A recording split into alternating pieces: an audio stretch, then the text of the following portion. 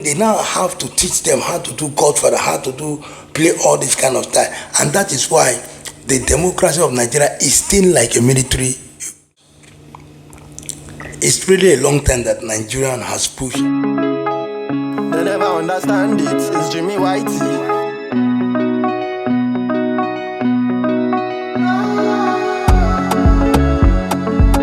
To everyone, and welcome to Jimmy White TV podcast. Like I said to you guys, that we are in politics. In politics. 2027, Nigerian citizen votes have to be counted. It's really a long time that Nigerian has pushed and pushed and pushed and pushed for their votes to be counted. And anytime they select somebody, they are sure that this person will give them what they want. They are always diverted. Because Nigerian, and because of that, I think that is one of the reasons why some has failed. And that brings us to this question, and that brings us to this video. I would like you to see a video where democracy is being educated to Nigerians, because this is good for Nigerian citizens to see it, so that they will wake up that trust again that they have on democracy. Let's watch this video, and then we are back for it again. And we've left the stage to professional politicians who have not delivered governance at the level at which it can make our lives better and give us 3 square meals, give us jobs, good healthcare, good educational systems. Instead, politics has become just a game, a parlor game for politicians, by politicians. For politicians. So it doesn't work. And so I also entered politics because I saw, as a technocrat, that the country cannot move forward except it has competent political leadership. You cannot bring an incompetent man and say, oh, well, he will appoint, if you appoint 1 or 2 smart people, everything will start moving. It doesn't work like that. No country can make progress beyond the competence or incompetence of its ultimate political leadership. And so I think there's a need to elevate the level of political competition, which brings us to the matter of ideas and policies. Including, you might want to add the issue of money. That's yes, and of course, taking a center stage. That's right. Well, money is a different thing, because I like, the point about complex systems, because money playing a role comes because of poverty. People are very poor. But it also comes because of the absence of voter education, which is the basis of democracy, that citizens should be informed. They should make informed choices. But we don't have that in Nigeria. And this but can you make informed choices? And I want to ask this of all the panel. Can you make informed choices if, as you said, you start off by being poor? Well, the two are related, but if you are educated, your poverty, you can navigate your poverty. You can actually weaponize it for your own benefit. But the educated people, most of the educated people are the ones who've been monetizing. No, you see, the problem is that INEC is not prioritizing voter education. No, we don't see that as when we see INEC. We see registration, we see PVC, we see all that. But we don't see educating people about what democracy is and how they should make their choices. Now, if you have that information, even though you are poor, listen, I worked for the United Nations for 17 years. I conducted and supervised elections in other countries, in Croatia, in Cambodia. I saw people who were poor. They were not selling their vote. We make this excuse in Nigeria, and it's too easy and too simple. Nigerians are not selling their votes because they're poor. They're selling their votes because they're not educated as to why they should not. And they're selling their votes because our values have completely collapsed. This is not the only country where people are poor. We should ask ourselves whether what we're practicing in the first place is democracy, or whether we have elections every 4 years. There's a difference between the two. When you talk about democracy, you're talking about also democratic institutions, which include the judiciary, other institutions of government functioning as independent institutions. So that's a very important point. The other question that we should also ask ourselves, since we're rounding up, is Is democracy an end in itself, or is it a means to an end? Do you have a real democracy on an empty stomach? If you have democracy and people are so poor that they cannot feed, but you have maybe what you might call a military dictatorship, many of the countries of Asia were not built as democracies. Their economies were built by military dictators. But those dictators were visionary dictators.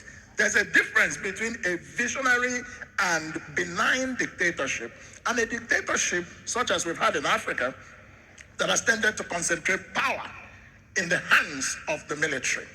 Now, let's come back to General Babangida in closing. He was a very visionary president. Whatever you might disagree on some things, but he was visionary. He used a lot of intellectuals. He ruled with ideas and, elevated people who had ideas. What is our politics today?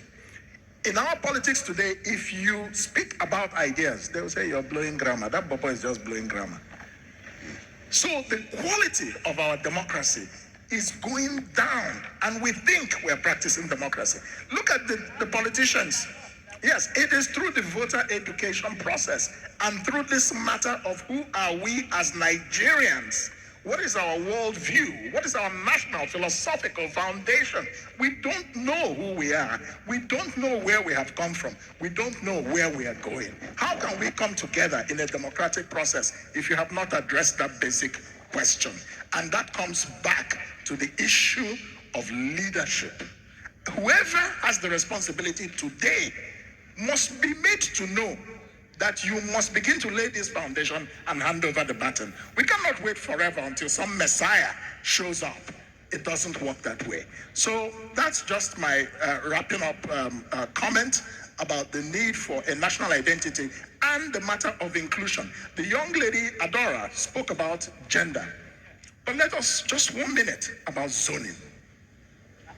Oh yes, how can we have a discussion like this and we haven't talked about zoning?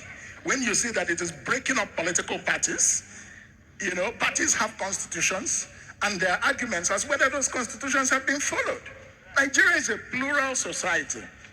And I think it was Dr. Babayo or another Soji who said that if every part of the country does not feel included, your democracy is not really achieving the purpose of nation building.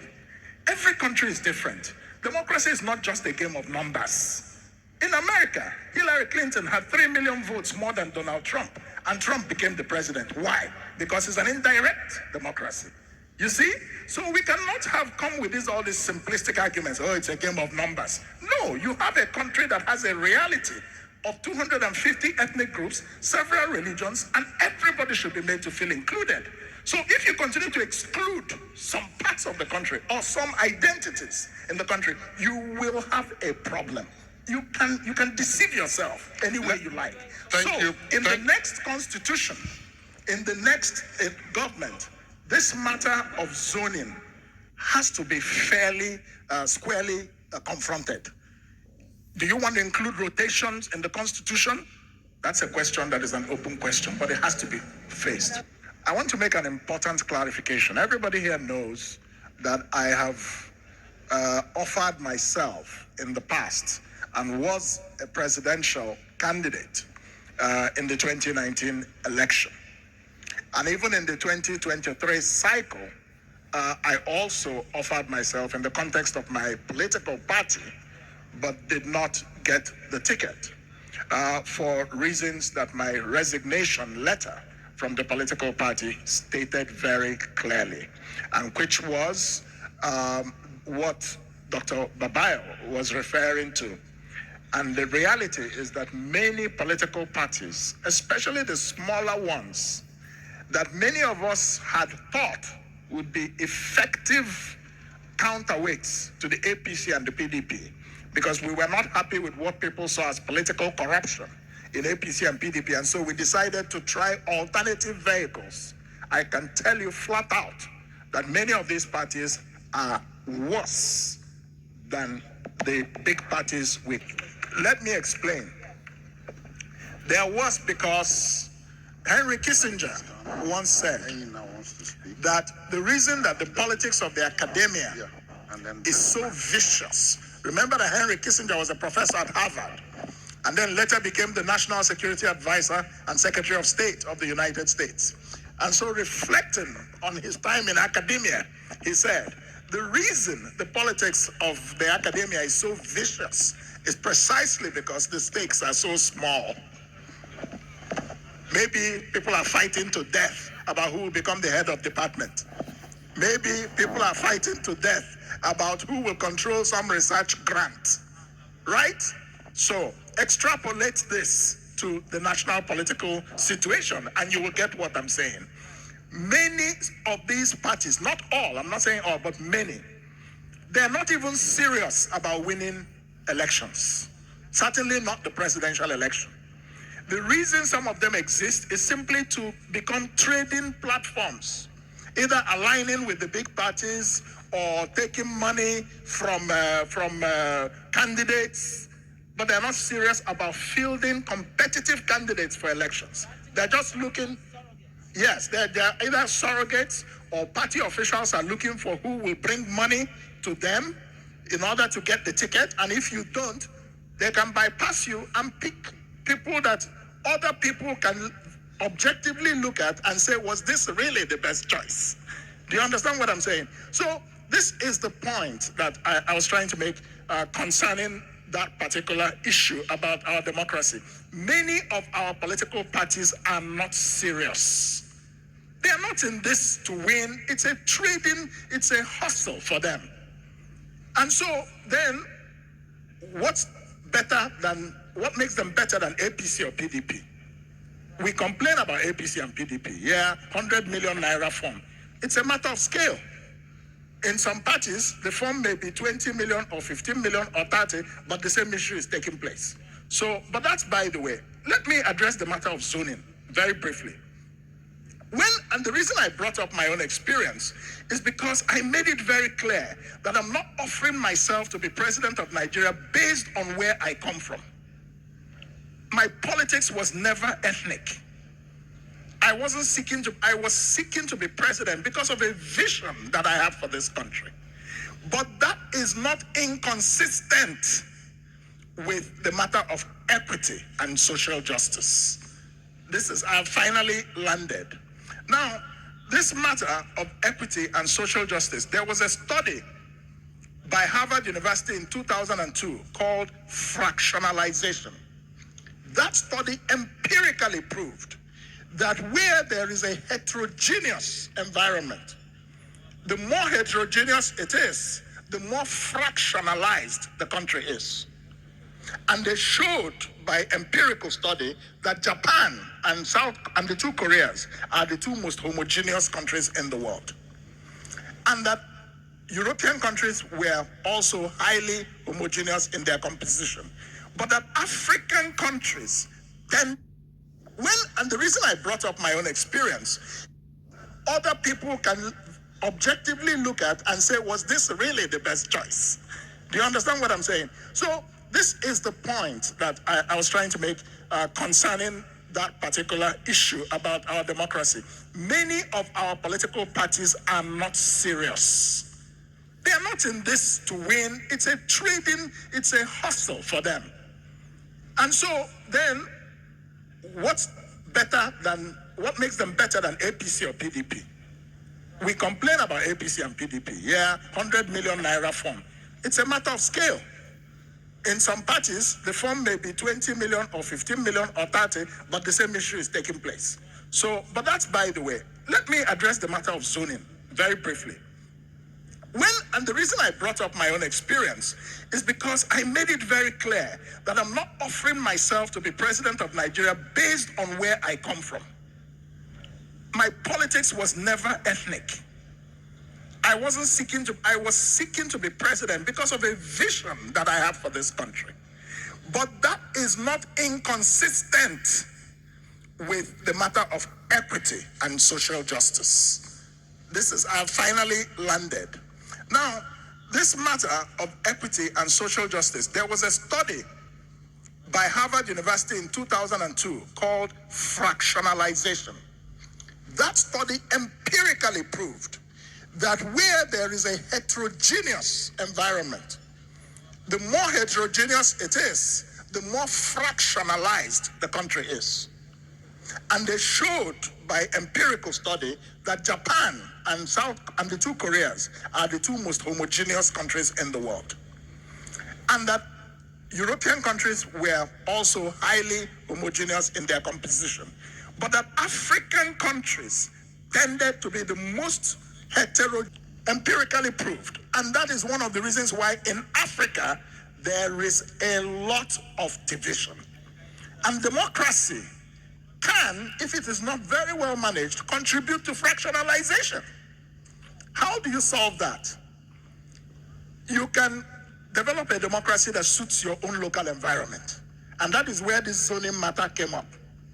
You also have to look at the matter of constitutional restructuring, because the only way you manage a big, diverse federal state is through a federal system.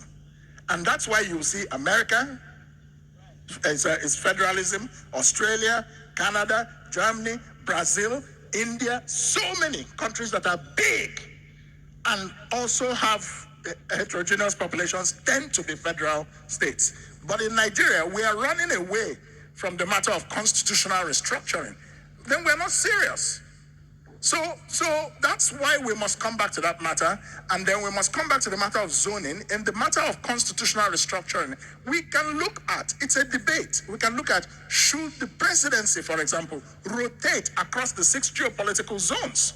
Switzerland is a confederation. The presidency rotates every 2 years to every one of the 26 cantons in Switzerland. Are you more developed than Switzerland, that recognizes the fact that there are French Swiss, there are Italian Swiss, there are German Swiss, and then you have the Romansh. So in Nigeria, we tend to, I don't believe in running away from issues. Let's solve the problem. In other words, for our own peculiar environment, we should look at, one, a return to proper federalism, because that is the only way we can also break the economic logjam we are facing in this country. Well, let's hope so. But the fact of the matter is, and why is this happening? It's because politics, vested interests, is what is running Nigeria's economy today. Nigeria's economy is not being run by sound economic principles or competence. No.